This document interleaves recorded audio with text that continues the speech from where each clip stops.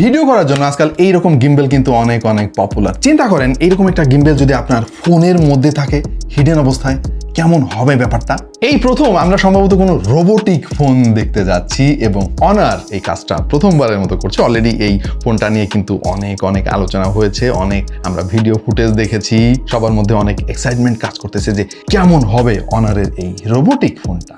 So finally honour কিন্তু announce করেছে চায়নার মার্কেটে আগামী মাসের 12 তারিখে এই রোবোটিক ফোনটা লঞ্চ হতে যাচ্ছে এবং স্মার্টফোন ইন্ডাস্ট্রি সম্ভবত প্রবেশ করতে যাচ্ছে নতুন একটা যুগে। অবশ্য এই রোবোটিক ফোনটা কতটুকু কাজের, আসলেও এটা মানুষের ফোনের উপযোগিতা আর একটু বাড়াতে পারবে কিনা সেটা সময় বলে দেবে। বাট এখনো পর্যন্ত আমার কাছে মনে হয়েছে যে এটা বেশ ইনোভেটিভ এবং নতুন কিছু ভ্যালু অন্তত অ্যাড করবে স্মার্টফোন ইন্ডাস্ট্রিতে। ধারণা করা হচ্ছে এই ফোনে 6.3 ইঞ্চির 1.5K অ্যামোলেড প্যানেল থাকবে আর স্ন্যাপড্রাগনের 8 এলিট Gen 5 চিপসেট থাকবে। সেই সঙ্গে থাকতে পারে 200 মেগাপিক্সেলের মেইন ক্যামেরা যার অ্যাপারচার হচ্ছে 1.6, 4D গিম্বল স্টাবিলাইজেশন এবং এই ফোনটার আসলে মূল থিমটাই হচ্ছে স্টাবিলাইজেশন। 6000 mAh এর ব্যাটারি থাকবে এই ফোনে, সে সঙ্গে থাকতে পারে 120 ওয়াটের ফাস্ট চার্জিং সাপোর্ট। সো অনেকদিন পরে কোনো একটা স্মার্টফোন নিয়ে আমরা সেই লেভেলের হাইপ দেখতে যাচ্ছি। আশা করছি বাংলাদেশে অফিসিয়ালি এই ফোনটা আসবে এবং আমরা এটা রিভিউ করতে পারবো।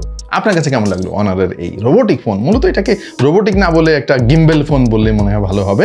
বাট আমরা রোবট করতেছি এই জন্য যে এইরকম ভাবে কিন্তু অনারও সবাইকে বোঝাচ্ছে যে এইটা একটা রোবোটিক ফোন, এর মধ্যে অনেক কিছু আছে যেটা অন্য কোনো স্মার্টফোনে নাই। আপনি কতটুকু এক্সাইটেড সেটা জানিয়ে দিন কমেন্ট সেকশনে।